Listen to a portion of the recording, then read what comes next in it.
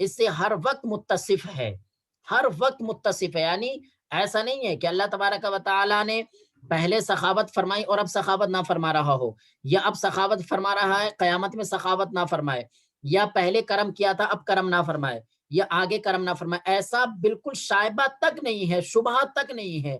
یعنی ہمارا اللہ تبارک و تعالیٰ کریم ہے، اور یہ کریم ایسا صفت کا صیغہ ہے کہ اس کا معنی مصدری اس ذات کے ساتھ میں قائم رہتا ہے. اگر ہم اللہ پاک کو کریم کہیں، کریم کریم کریم کہہ رہے ہیں، تو اس کا معنی یہ ہوگا کہ اللہ پاک صفت کرم سے ہمیشہ متصف ہے. ایسے ہی ہم اپنے آقا صلی اللہ تعالیٰ علیہ وسلم کو کریم کہتے ہیں، اور اللہ پاک نے ہمارے آقا صلی اللہ علیہ وسلم کی ایک صفت کو کریم بیان بھی فرمایا ہے.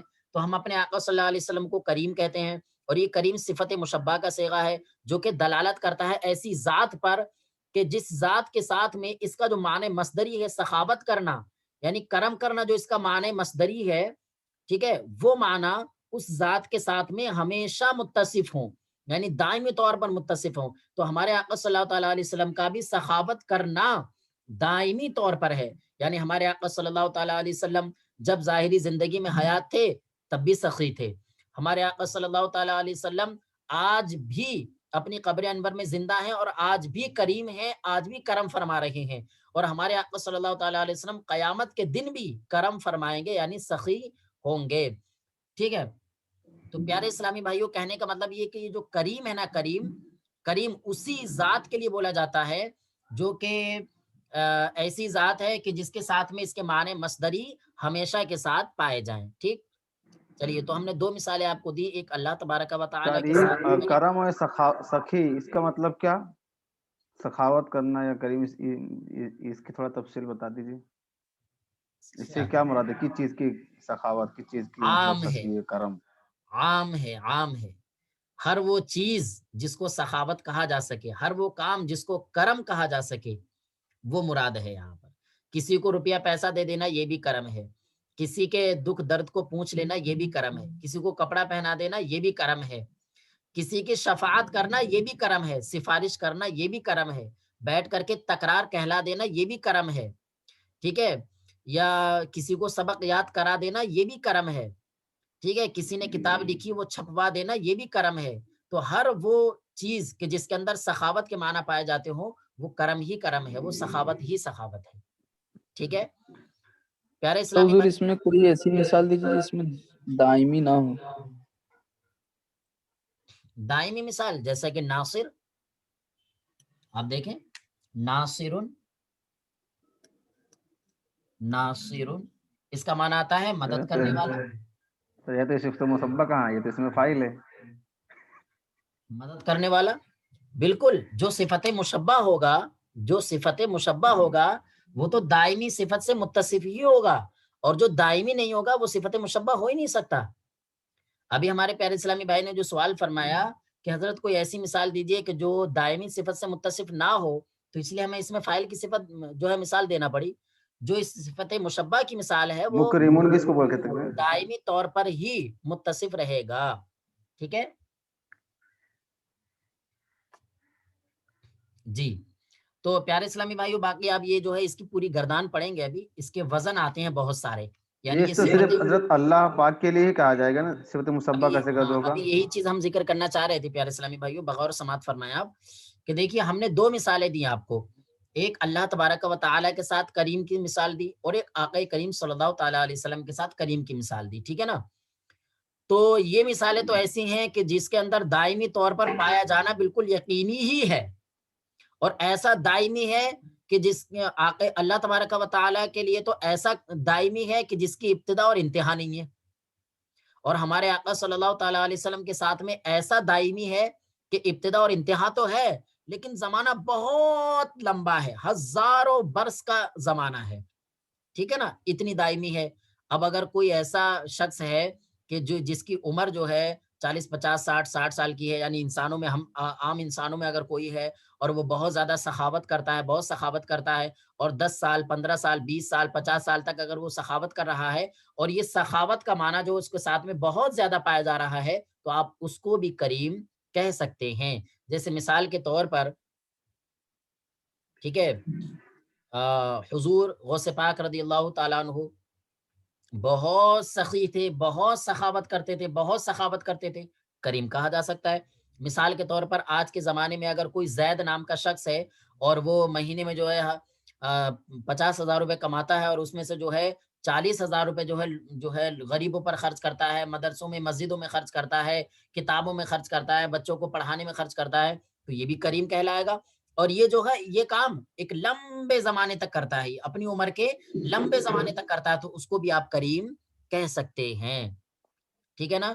چلیے اب صفت مشبہ کی تعریف میں غور کیجیے آپ اسلامی بھائی بالکل دھیان سے، کہ صفت مشبہ وہ اسم ہے جو اس ذات پر دلالت کرتا ہے جو اپنے معنی مصدری سے دائمی طور پر موصوف ہو، یعنی معنی مصدری اس کے اندر ہمیشہ پائے جائیں، ٹھیک ہے نا۔ چلیے اس کے علاوہ ایک اور مثال لیجیے آپ، ایک اور مثال عام فہم مثال، جیسے کہ جو ہے اللہ تبارک و تعالی نے جو ہے ویسے تو سبھی کو خوبصورت بنایا ہے، لیکن یہ ہے کہ اس میں کچھ کمی بیشی ہے، کسی کو بہت خوبصورت بنایا، کچھ ادنا ہے، کچھ اوسط ہیں، اس طریقے سے۔ تو مان لیجئے زید خوبصورت ہے، تو آپ زید کے لیے بولیں گے جمیل، زید حسن، حسن، جمیل نہیں بولا آپ نے، حسن بولا، ٹھیک ہے نا۔ تو یہ حسن جو ہے نا فعال کے وزن پر ہے، جو کہ صفت مشبہ کا صیغہ ہے۔ کائے کا صیغہ ہے؟ صفت مشبہ کا صیغہ، کیونکہ صفت مشبہ کے وزن الگ الگ آتے ہیں۔ یہ حسن جو ہے بر وزن فعال، فعال کے وزن پر ہے، یہ آپ کا صفت مشبہ ہے، ٹھیک ہے۔ اور یہ ہے فعال کے وزن پر، اس کے فعال بر وزن فعال، فعال کے وزن پر ہے، ٹھیک ہے۔ اس کا معنی کیا آتا ہے؟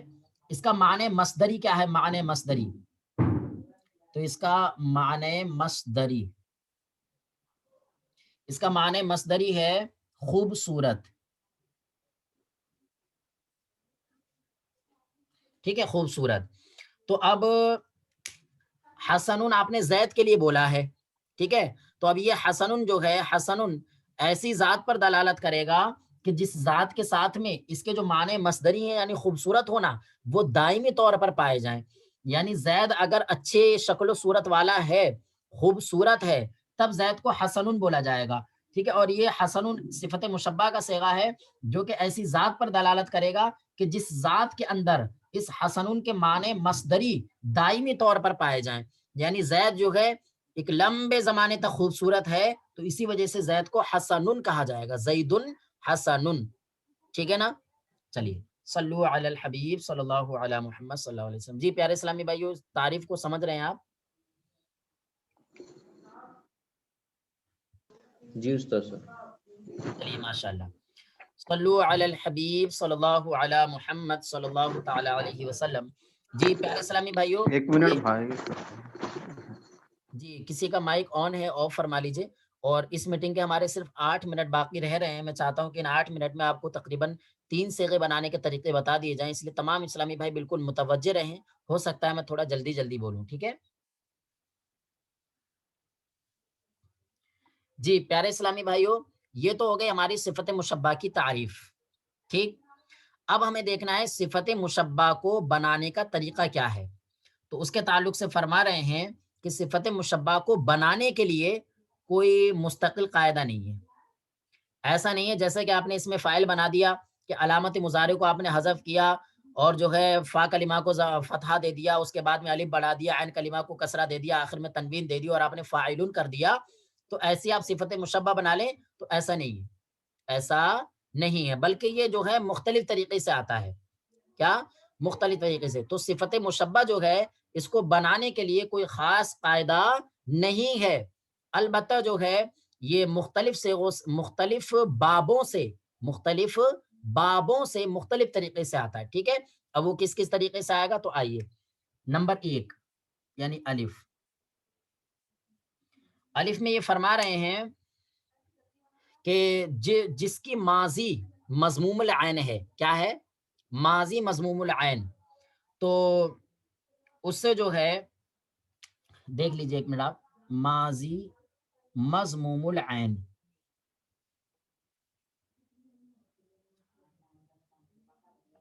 جس کی ماضی مضموم العین ہے تو اس سے جو ہے مذکر کے لیے فعیل کا وزن آئے گا. فعیل. اور مؤنث کے لیے فعیلتن آئے گا.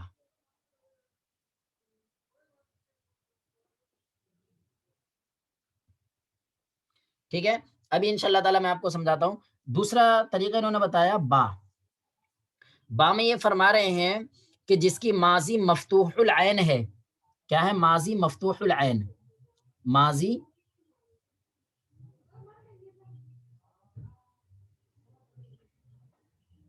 مفتوح العین، تو اس سے جو ہے مذکر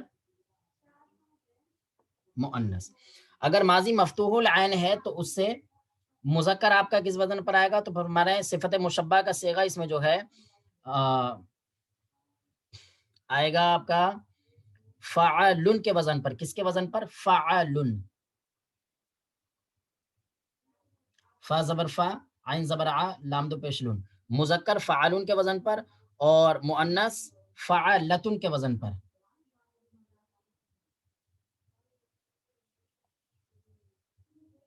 فعلتن کے وزن پر آئے گا. اور اگر ماضی مکسور العین ہے تو جیم. ماضی اگر مکسور العین ہے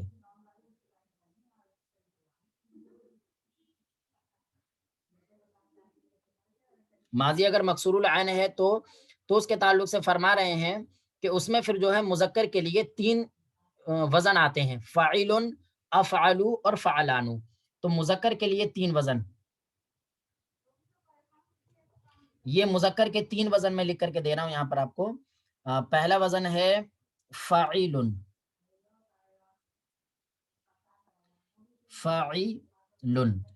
اور دوسرا وزن ہے افعل، افعل. اور تیسرا وزن ہے آپ کا فعلان.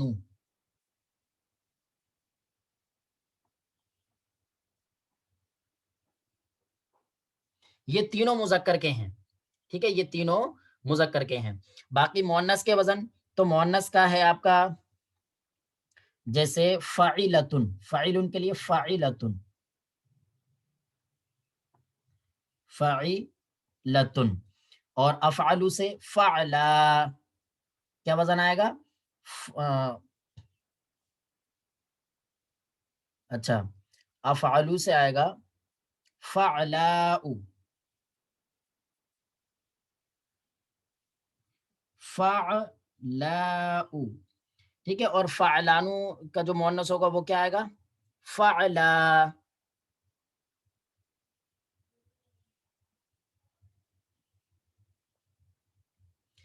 ٹھیک ہے. دیکھیے پیارے اسلامی بھائیو، بالکل دھیان سے دیکھیں. ماضی مضموم العین اور ماضی مفتوح العین اور ماضی مکسور العین کا مطلب کیا ہوتا ہے؟ اس کا مطلب یہ ہوتا ہے پیارے اسلامی بھائیو، ماضی مضموم العین یعنی جس کی ماضی کے اندر عین کلمہ پر ضمہ ہے. جیسا کہ آپ نے پڑھا ہے کروما. کیا پڑھا آپ نے؟ کروما. بالکل دھیان سے سنیں تمام اسلامی بھائی. Croma, Croma, Croma. تو کاف را اور را جو ہے عین ہے اور عین پر جو ہے ضمہ ہے، تو وہ ہوگا آپ کا کروما جو کہ ماضی مضموم العین ہے. تو جس کا ماضی مضموم العین ہوتا ہے اس سے جو ہے صفت مشبہ کا صیغہ ہمارا مذکر کا فعیلن کے وزن پر آئے گا جیسے کریمن، اور مؤنث کا صیغہ فعیلتن کے وزن پر آئے گا جیسے کریمتن. ٹھیک ہے، یہ بات ہو گئی ہماری مکمل. اور اگر کوئی فعل ایسا ہے کہ جس کا ماضی مفتوح العین ہے یعنی اس کی ماضی کے اندر عین کلمہ پر فتحہ آتا ہے، جیسے آپ دیکھیں جلسہ، ضربا، ٹھیک ہے، اور فتحہ، جتنے بھی ہیں جس کی بھی ماضی میں عین کلمہ پر فتحہ ہے، اگر ہمیں اس سے صفت مشبہ کا صیغہ لانا ہے تو مذکر کا صیغہ فعلن کے وزن پر آئے گا اور مؤنث کا صیغہ فعلتن کے وزن پر آئے گا. جیسے مذکر کے لیے آپ کہیں گے جلسن. کیا کہیں گے؟ وہ جلسن.